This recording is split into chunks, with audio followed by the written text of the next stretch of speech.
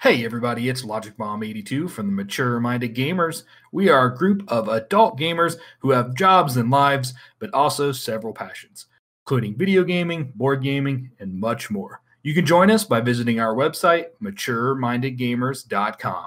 Today we're bringing you our Star Trek podcast, where we cover the latest news and all things Star Trek.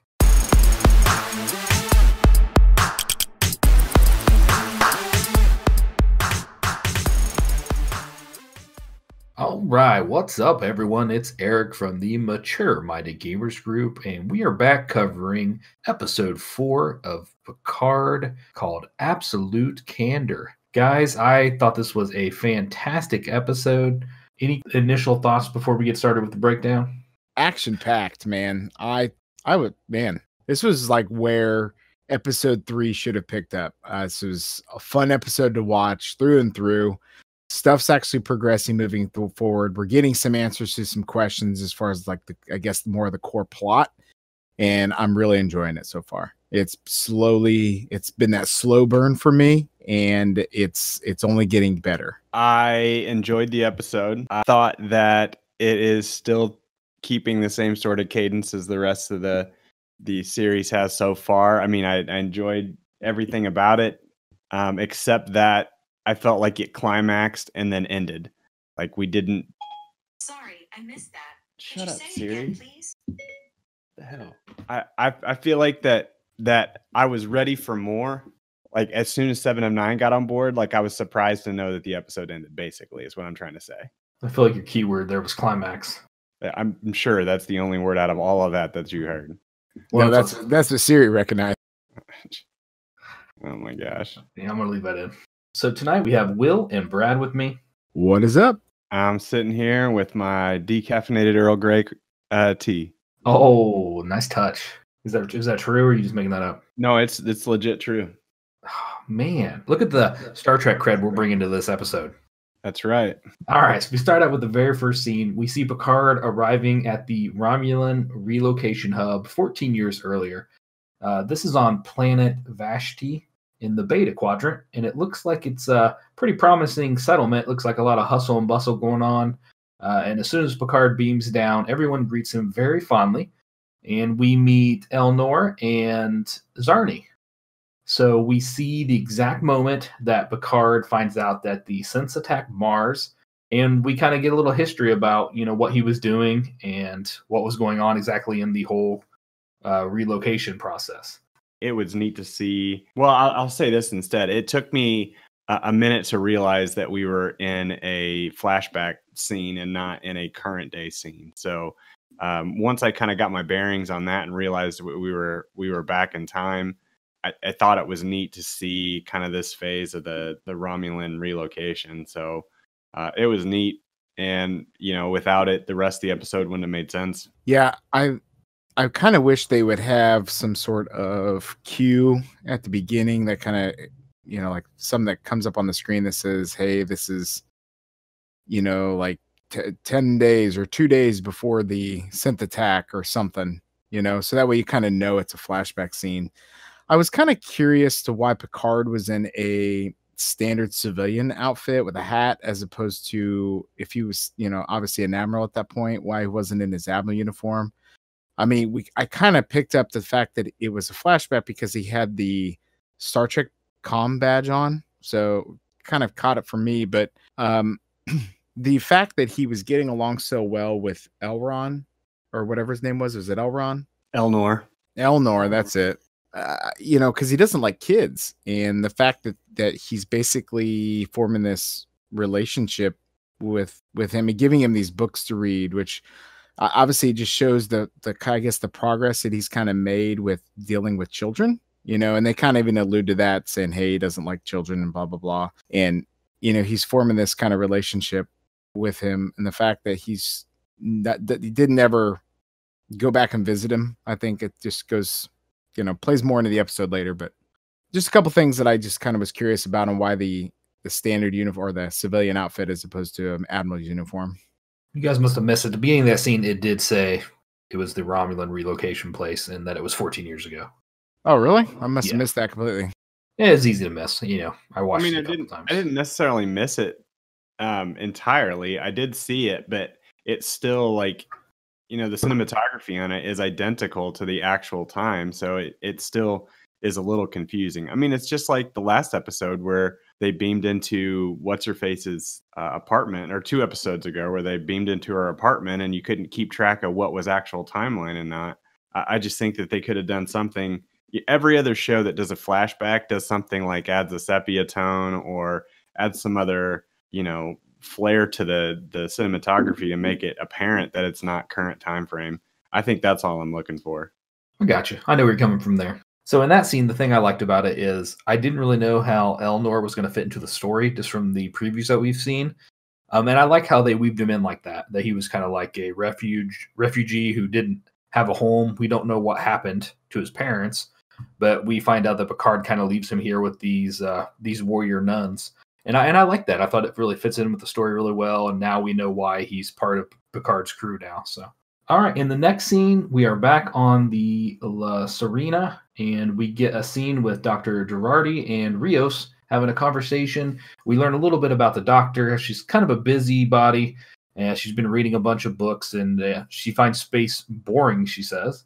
And you can tell that Rios is kind of annoyed by her presence. And, they kind of have this conversation. Kind of made me almost feel like they had a little bit of chemistry there. That it may lead to some chemistry. Even though he was annoyed by her, he seemed to tolerate her pretty well. So, what'd you guys think? Did you pick anything up from this scene? I don't like her. I find her annoying myself. I almost view her as a little bit, to me, like the way I did dislike her, I guess, so much is like Pulaski. I don't know. There's just something about her I'm not a fan of. I didn't pick up on the chemistry that you did. I did pick up on the fact that she came into this whole quest, I guess, with like she thought it was going to be this big, exciting thing that was going to be nonstop action packed and this, that, and the other. And she's bored out of her mind now. She doesn't understand what ship travel or what space travel is actually like, since she spent her entire life so far on Earth and at Daystrom. So it's kind of fish out of water where she's at right now, and you can kind of see even when they go into battle a bit. I wouldn't say I dislike her quite yet. She's not my favorite character. She is the character that's got the most range, I guess, from ups and downs. So I don't know yet. I think I still need the rest of the season really to decide if I like her as a character. I kind of like her. She reminds me a little bit of like maybe more Crusher is what I was thinking. You can tell she's been pretty confined to Daystrom, it sounds like, and just worked. I'm anxious to see. I hope we get more backstory about, because she references her dad used to tolerate her interrupting people reading or something like that. So I hope we get more backstory about that. All right, the next scene we see Picard in the Hollow Suite, and he's having his study remade, and we see another hologram of Rios, except this one is the hospitality hologram. And he's basically helping Picard recreate his study. Quickly, Rios and Raffi come charging in because Raffi wants to know why they are going to Vashti and not to Free Cloud. And Rios says, I effing hate that hologram. And the hologram just disappears real quick because you can tell they don't get along. So we talked a little bit about this pre-podcast about the language in Star Trek. We covered a little bit of it last week. So I know this is going to be a topic here. Guys, let's go, because I'm ready to argue my point. Or you can start with the holograms. I like the holograms. I like how they have individual personalities. Like the doctor has a unique personality. What did you call it? The accommodation hologram or whatever. And then the tactical hologram. They're all different, almost like psyches of the captain. And I like the variation. So that way it's almost, or maybe even maybe different psyches, but different demeanors of kind of characters.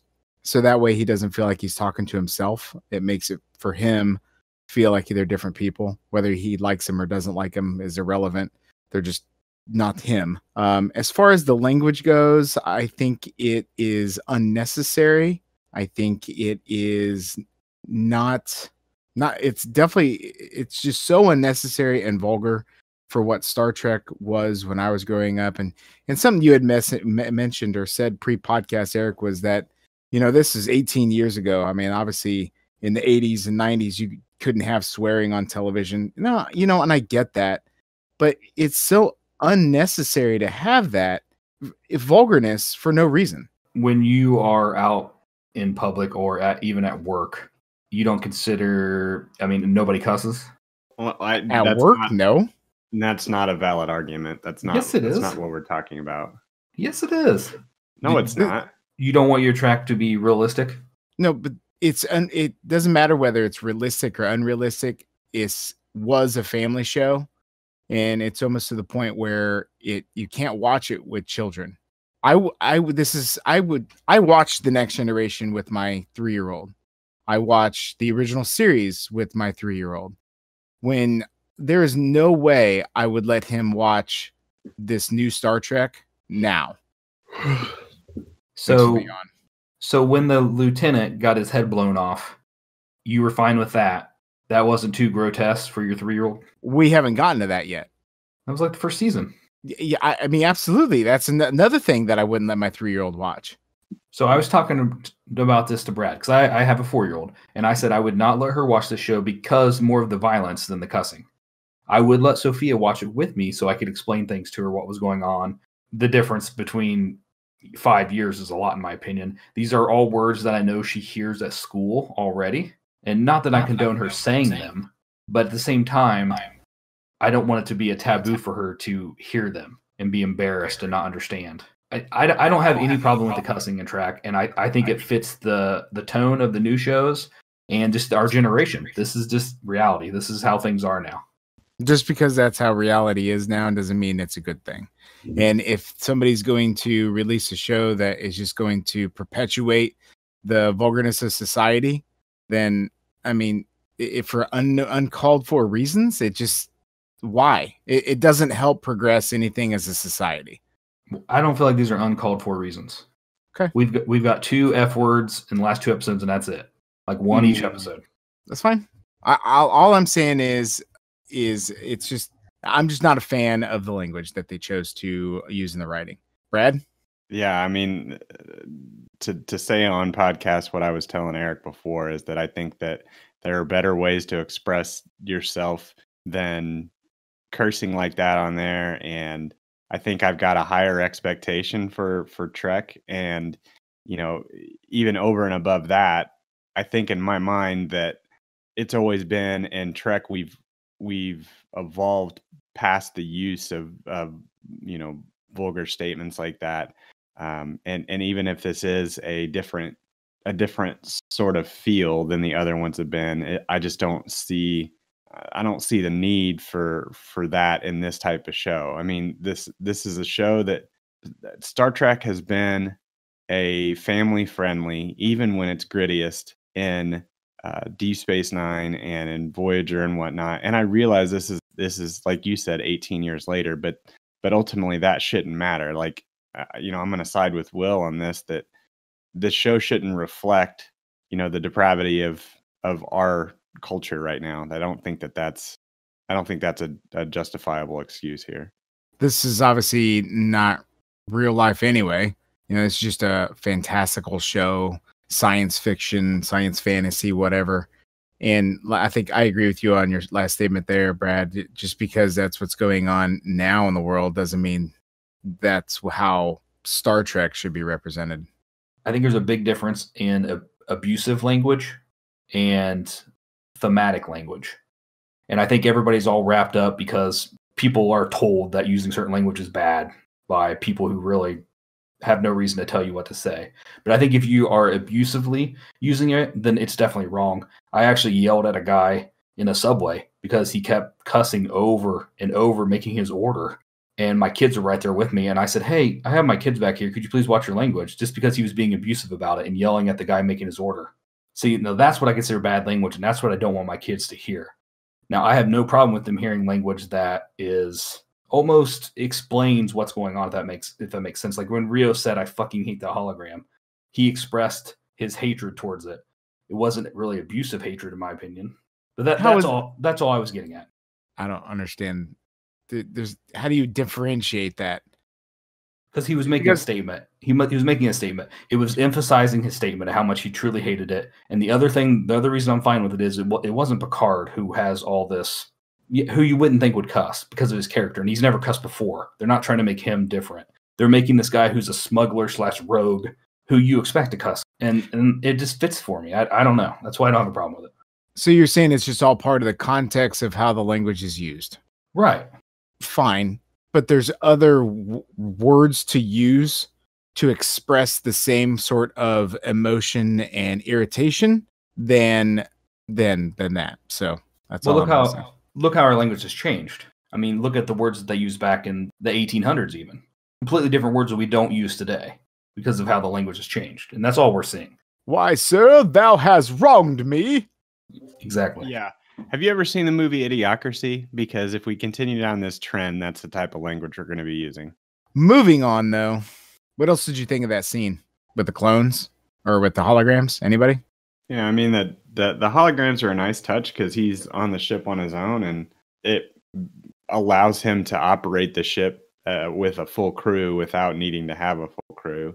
The hospitality hologram even said that he was part of the package with the ship or with the software or whatever. So, this sounds like it's something that Rios has installed or had a part of his ship, so that way he can be more of a loner on this stuff. I think that it was a nice touch that they said that Javan had sent the specifics for the chateau there. I think that does a couple of very interesting thing. It cuts down on production costs because they can obviously continue to use that set for this scene, and it gives Picard somewhere familiar to kind of call his home base. So I don't know. I like that. I like that in that regards.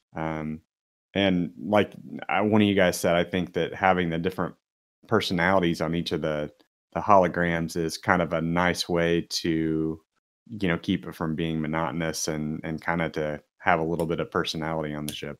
What do you think the reason is that he used his own image as opposed to just other software suite images that he could have used? Why do you think he used himself? I don't think he does. So Dr. Girardi earlier mentioned that the only holo tapes on the ship were Klingon Opera, and he said there was a story behind that.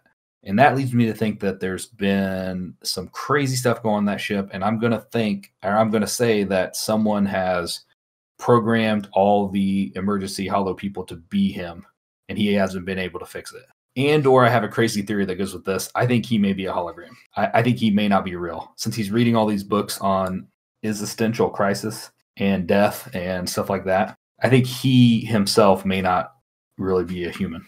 Whoa. I never thought of that, man. And he has obeyed orders orders in a way. Every time Picard has said to do something, he's always let him do it. So he could be like an emergency command hologram or something. Well, here's the thing I'm trying to figure out. No, I don't really. I said hologram. I mean more of like an android, I guess, or something. So because the very first scene, he was cut with that shrapnel on his shoulder. So he does. See, I don't know. I'm torn. I can't quite figure out what's going on. For a while, I thought that, and then I remembered that scene, and I was like, well, that can't be true. Well, not necessarily. It could have just been part of the hologram. Yeah, maybe. You know what? We need to see his shoulder again to see if he's got a scar there. I'll have to look. I don't know if he's been without a shirt on since that scene. Oh, it could still be a hologram. So next up, we fast forward to a conversation that the crew of the ship is having about Vashti, and the once promising Romulan refuge now turned into a shady planet that the sector is no longer protected, and it's now run by smugglers and warlords. And they mention one who actually has acquired an antique warbird and is using it to basically control the sectors in between. So the crew has a little debate on if it's worth even going to the planet and why are they going to the planet. And Picard reveals that he wants to go pick up an assassin of the Special Order of Romulan Warrior Nuns, who are said to be the most skilled single combat warriors in existence and very feared by the Tal Shiar. Wait, did we already know about the Romulan warbird at this point? We had seen some screenshots of it, yes. Oh, okay. So we knew. Now, I think we all thought it was going to be controlled by the Romulans and not some smuggler guy. But we did think it was weird that it was an old Romulan warbird. I remember we talked about that. Right. So I thought it was really cool that we found out about the nuns and how they're kind of like this super, the super strong warrior sect who are all female and that Picard was going back to get one, basically to help them in their voyage. And I like the details about how the planet has turned into, a sketchy sector or a sketchy planet, because they mentioned that the Romulan resistance that's like the head of the Romulan resistance. I thought it was cool seeing Eeyore or Elnor, whatever his name is. I thought it was cool seeing him grown up. Did you guys kind of pick up on like an Australian accent from him? I kind of heard like some sort of weird accent that he has. He's native Australian. Okay. I was eager to find out how we were going to get this crew member recruited, and when he was facing off, it kind of looked like in a scene that he was going to be like fencing against Picard as an adult, but you really didn't see that in this episode, did you? I could have sworn in some promotional material there was like he and Elnor were like fencing or sword fighting. They were back in the first scene as kids. He was kind of right, but I'm talking about, I thought there was promotional material where those two were. I think they cut it to make it look that way because Picard is fighting with that sword for a moment. Right. All right, so the next scene, we see Soji watching an old interview that Professor Ramda, a.k.a. the fortune teller, is giving and talking about the mythology, and she mentions the destroyer in it, and of course it triggers Soji because that's what she called her previously when they had their first encounter. It's a pretty short scene. Nothing really exciting happens other than, Soji watching that, and then you can see her playing with the little fortune-telling triangles. I don't really think there's much out of this scene, but it was kind of telling that she's really researching what was going on there. Did you guys pull anything from this? So, no. Not really. I mean, it was more that like you said, she's just trying to learn more about Ramda and what, she's all about and her past. And this shows that she was kind of doing research into who she was. And, at the very end there, she said that, said something about the destroyer. And that's where she paused it, right? And, that's where kind of got like all thought provocative for her, saying, man, that she's been talking about this destroyer, and she called me the destroyer. What is this? What is all this going on? And then we have what's his name come in, right? He comes to the door, or is that when she then goes to the interview or the lab? Narek. That's the next scene actually. Oh, okay, sorry. Right. So I don't really feel this was like anything critical or crucial, just showing that she's doing as much research into who she was before the assimilation than anything else. What'd you think, Brad? I mean, I think she's just got an obsession with her, and she's kind of working through it. I don't know that there's any deep pull or anything. I think it's just that. All right. Next scene we see is the ship arriving at Vasti, and we learn about the planet's defensive capabilities, the killer drone ships. So we find out that Picard isn't really welcome there, and Raffi's working on a couple different ways to get him in. But then Captain Rios suggests, just a little bit of a bribe might get him in. And then the next scene we see is Picard beaming down. So I'm going to assume the bribe worked. They never really explained it. But he beams down, and obviously the settlement looks completely different than what it did 14 years ago. You can see everybody eyeing him and totally set the scene for, what had changed, basically. So here's what I took away from this when he was saying, well, why don't you use just money always talks or whatever. And it makes me think about an episode from Deep Space Nine where it's not Rom. Who's the kid? The Ferengi kid. Nog and Jake are talking, and it's about the self-sealing Sembolts episode when they're talking like, well, I'm human. I don't have any money. I'm thinking, all three of them are human. They don't have any money. Well, how did they? What money did they have? Like, what's the currency in Star Trek? Anybody? I mean, there really is. Well, then, what money? What money were they using to bribe themselves in? Oh, probably supplies on that settlement. They said they were poverty and. Yeah, but they said money. Like that's what Captain Han Solo, whatever his name is, said. Rios, that's it. I'm just saying. He said money, so that's just basically what I took away from it. What'd you think, Eric? I thought this was a good scene, and it set the precedence for the defense system. And we learned that Picard's not welcome there, and obviously when he beamed down, I thought it was a really cool scene to see the difference between at the beginning of the episode when everybody was running up to him and wanted to thank him and talk to him, and then 14 years later he beams down, and now everybody's just giving him the long stare, like, what are you doing here? All right, next up, we go back to the cube and we see Soji and Narek, and they are kind of testing each other a little bit, checking out their loyalties to each other, answering or asking questions and getting answers back and forth. And we get this really weird scene where Narek takes Soji to go do what he calls a Borg tradition, which is them just basically taking their shoes off and sliding through whatever that was, smudge or something. I don't even know what it was. They called it something, conduit something. And I just thought that was really weird, and it didn't really fit either one of their characters really. Well, maybe Soji's. He definitely didn't fit Narek's unless he's just, I mean, I guess they're just trying to show how far he's going to go to try to win her over. But I don't know. I didn't think that scene really played out very well. But we do pull a couple of nice tidbits from it. So when they're talking, she mentions she mentions some Romulan things, and Narek says, "Well, you know, your Romulan is excellent. Where did you learn it?" And she says that she picked it up from one of her father's friends who used to teach at the University of U. Narek responds, "Well, that must have been in Seattle sometime before May 12th, 2396.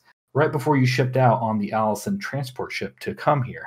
And then Narek actually goes in for a kiss and mentions, you know, the Terran passenger list is very detailed and public information, and you weren't on that. So how did you actually get here? Soji takes offense to this because, you know, he's basically calling her a liar. And then that ends that scene. So we got a whole bunch of stuff going on here. What did you guys think about this scene? Did you point anything out that I missed? When I was watching, he was leading her away, right? And I was like, okay, maybe he's actually going to take her somewhere. We're going to see something about the Borg that we've never seen before. And I got all excited. Man, I was into it. I was watching me like, oh, this is good. I leaned up in my chair. I'm really focusing on what they're looking at in this hallway. I see these lasers going on. I'm like, oh, is some sort of defense grid? What's going to happen? And all of a sudden, they start sliding in the halls. And I'm like, what? And I was like, this is like the worst thing ever. And I totally disconnected at this part of the episode. Blew my mind why they would even include this. However, I understand what he was trying to do as far as like in the whole manipulation thing. He's trying to, because obviously she doesn't have the trust. Well, he's showing her that, hey, I want to have fun, we want to get to know each other. I'm curious about you, kind of thing. Get her separated, get her guard down a little bit, and then ask her that question to try to break through. And obviously she wasn't having it. She got upset and started to walk away, but then she stopped herself. She turned around and asked him something about something. I don't even remember what it was. But he just says, we both have a morbid fascination or whatever, or an insatiable fascination. And I was like, man, this guy's a manipulative dude, and that's when she asked him earlier in the mess hall whether he was Tal Shiar, and he said no. And then she says, well, if you were Tal Shiar, would you say no anyway? And he goes, yeah. So I thought that was like, well, either way, he could still be Tal Shiar. And we don't 100% know what he is, based on the whole sister, whoever that is, relationship. But man, I thought the directing was absolutely dumb. How it was kind of like they were spinning around. There's this whimsical scene. What? I don't know. It just, I get the psychological reason behind it, but the directing was. I'm just going to say it fell out of place. I mean, it didn't. I get why he was doing it to more sink into her, like he's playing her. But yeah, it did seem a little out of place. Completely agree with you guys. All right, so next up, we get Picard finally reuniting with Zarni and Elnor. We learn the simple way that I think it was pronounced Kai or something like that. Whatever it is, when his training was complete, he became one of the warrior nuns, but he can't really be one because he's a male, not a female. But anyways, he has completed the training and he's one of them. And we find out that, basically their whole life mission is to bind their sword to a cause. And so Picard asked how can he recruit him to join his ranks. It was a pretty cool scene. I liked it a lot. But at the end, Elnor refuses to help Picard and says, you abandoned me 14 years ago. Why would I help you now? I think Elnor was a lot more hurt than I think he probably should have been, I guess. I think that was potentially overacted a little too much. I get that they portrayed Picard as kind of a father figure to him, but I don't think they painted enough backstory for Elnor to be as upset as he was. I'm really glad you mentioned that, Brad, because I don't know if you guys caught this, but this certain sect of Romulans they're very straightforward, I guess. Well, it's literally the name of the episode is Absolute Candor, and that's what they do. They don't lie. Everything is the truth, and they don't hide it at all. Right. So I kind of seen that. I'm glad you mentioned that because I forgot to bring that up. I agree with you, Brad. I think that they didn't really explain so much on Elnor's I guess emotional attachment enough. I mean, obviously he's excited to see him, and and he sees him as this person. But man, that was what 18 years ago. I'll be honest. I'm sure I knew people that were my parents' friends, when I was 6 or 7 that I really liked. And then, 18 years later, I wouldn't even give him the second thought. And I know obviously I've lived a different life than what Elnor has. And, obviously the depravity and the life of, and maybe he was his hope and his beacon or whatever. But I can't remember things that happened 10 days ago. How am I supposed to remember someone from 18 years ago? I had some friends I worked with at, one of the jobs I had 15 years ago that I hung out with. If I saw him down the street, I probably wouldn't recognize him. It was 14 years, just to correct you, but same point. So next up we get Picard. He's ready to leave, so he sends a message to the ship and lets them know he's ready. And they say we have a 7-minute window. So Picard walks into town, is ready to start some trouble. So the first thing he does is he removes the Romulan only sign. And he takes a seat. He tries to order, but the waiter doesn't pay him any attention. And then next up, we get a former Romulan politician who says, he knows Picard from back in the day and the things that he did and the way they abandoned them, and makes it seem like they did it on purpose. Like they got them all built up and at their most vulnerable, and then they abandoned them. And so he's ready to take Picard out, and he's thrust him into combat with swords. And Picard tries to refuse, but, he has to do a little bit. And then he throws his sword down, and it looks like it's over for Picard, which we know is not going to happen, but still. And then we get Elnor is there to save the day in a true ninja style. He does this weird kick to the one guy and wipes the bad Romulan's head clean off. I thought it was an excellent scene. Well played. A decap. I mean, this is Mortal Kombat style going on right here. And I thought it was awesome. And then to end the scene, we get Picard giving a speech to the refugees there about this is not the way to behave. And I thought it was a really, really awesome scene. What did you guys think about this one? What did Picard think he was going to accomplish going into that bar to try to order something? Obviously, he knows that they're not greeting him. They're not even saying hi to him. He keeps saying hello to everyone there. Nobody's responding to him. Nobody's saying anything. So what makes him, is he just going in there to get a rise out of him? So that way he can, feel his guilt to say, hey, I want to be able to talk or whatever. I don't know. It kind of seems pointless on what he was doing by throwing that sign down there on the floor. I saw that as a cantankerous old man who didn't like the way that his town was being run, and he was going to change it. So, I mean, I liked it. And I thought it was good. And did you not think it was pointless?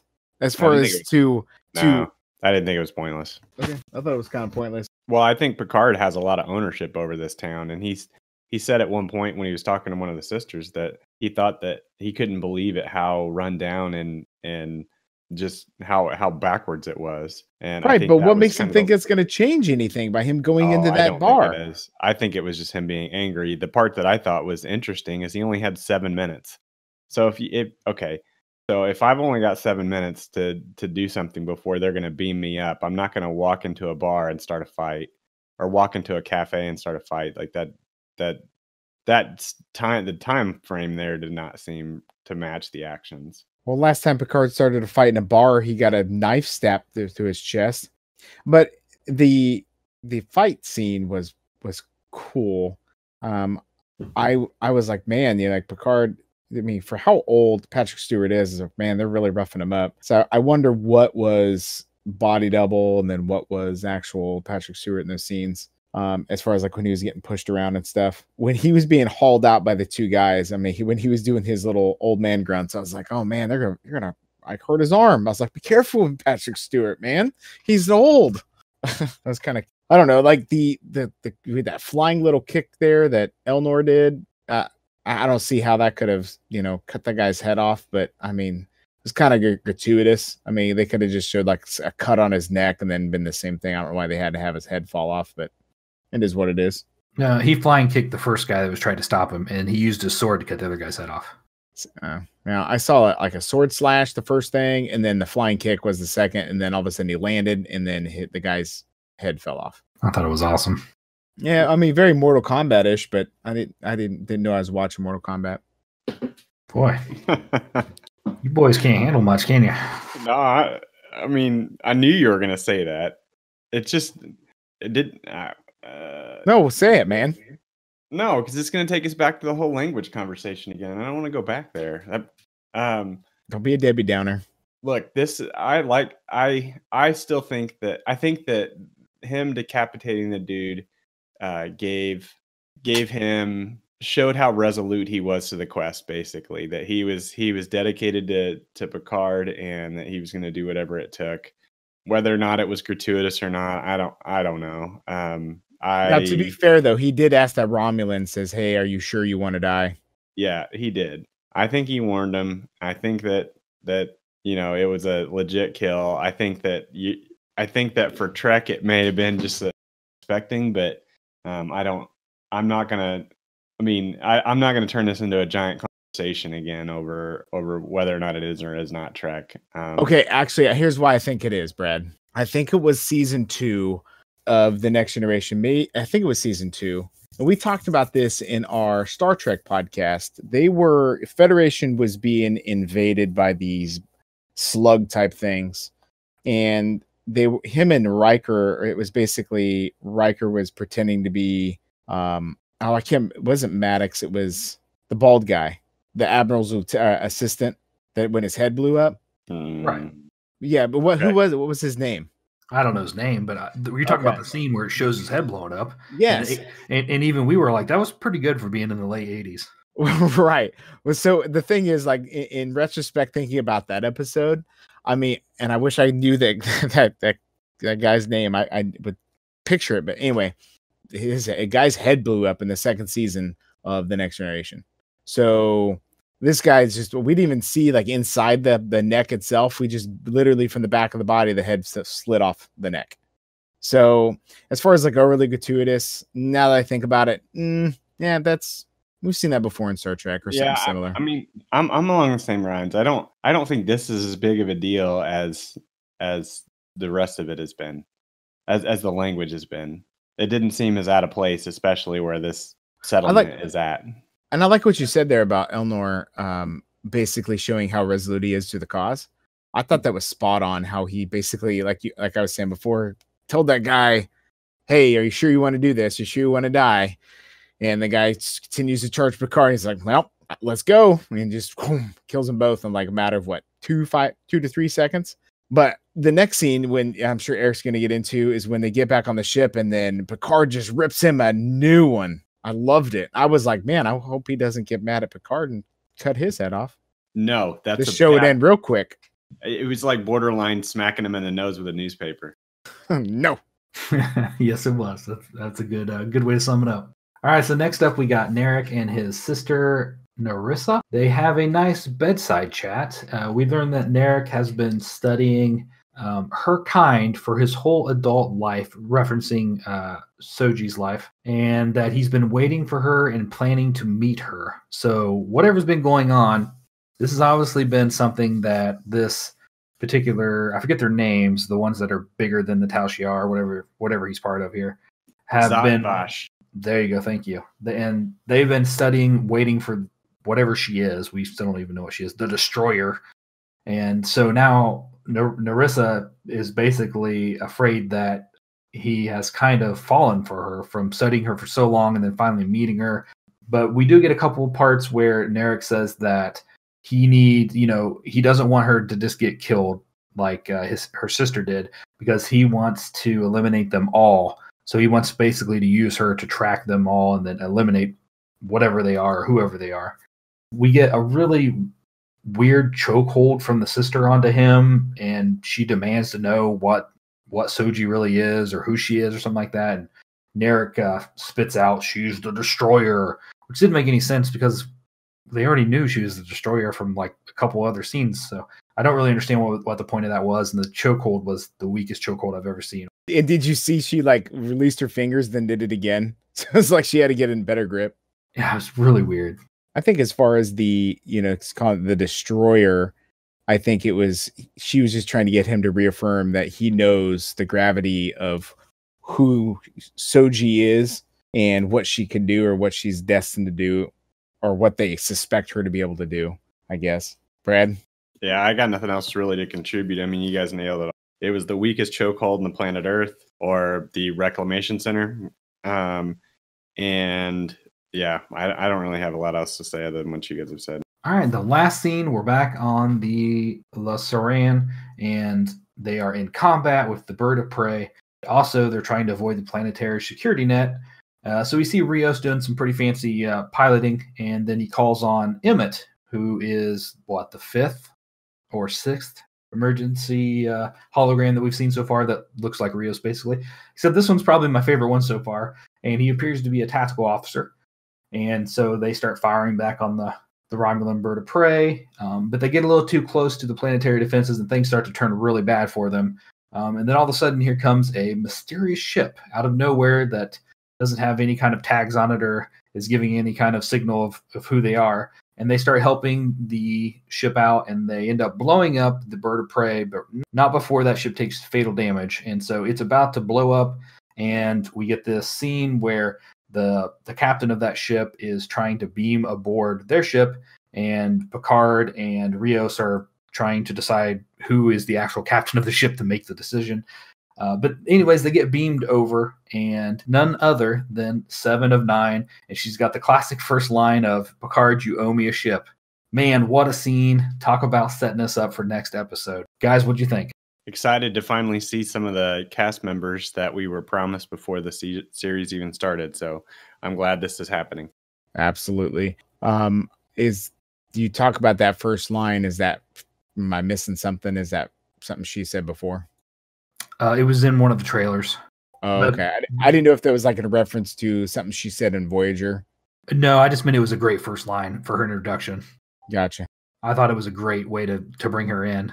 So and I didn't suspect that at all either. For some reason in my head, that she is not the one I thought they were going to pull on board. When did they ever meet? Like maybe was 7 and 9, I guess, was part of the collective, and she knows who Locutus was, but does she know who Picard is? I mean, well, I never watched Voyager, so I don't know. Did they ever meet each other, or is that in a movie they met each other, or what?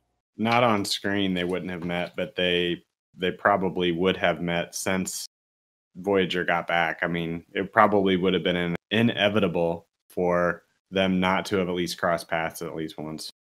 All right, so I think we're all looking forward to next episode. We got a small preview of it, and it looks like it's going to be a really fun episode of the crew dressing up in some crazy clothes, about to finally arrive at Free Cloud.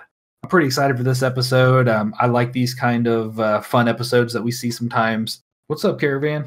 Hello. We're just wrapping up. Do you want to give your final thoughts on this episode of Picard? I think that was an amazing episode.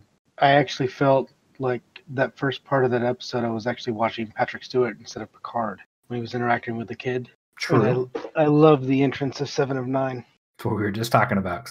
Yeah, it was a very good entrance. I love her line that she said, and we're super excited for next week's episode. See, I'm not so much excited for next week's episodes, and I'll tell you why. So I hate the holodeck episodes. I hate the themed episodes where they dress up and they're on they go back to the 70s and they're in the town and they go back and see Hitler and the Nazis. Oh my God. I know that's classic Trek, and I know that every single Trek show has done some sort of dress up episode. God, I hate them. I'm not looking forward to it at all. Just my 2 cents. I'm the exact opposite. This is like the first time in the series that I'm actually looking forward to the episode, like truly looking forward to it. I'm really interested in what they're going to go with what they're going to do with the series. I really didn't understand what path they were going down. I still don't really understand what path they're going down, but it at least is starting to, some pieces are starting to come together. Exactly. And I'm excited for this episode too. I couldn't agree with you more. Brad, any final thoughts? I'm looking forward to it as well. I think for you that are listening to our podcast, you also should go watch Will Wheaton's Ready Room. I think it eliminates a lot of things that we've talked about on here, and some more things as well. Yeah, I'm still on board. All right, everybody. Thanks for checking out our podcast. Don't forget to hit that subscribe and like button. Have yourself a great day.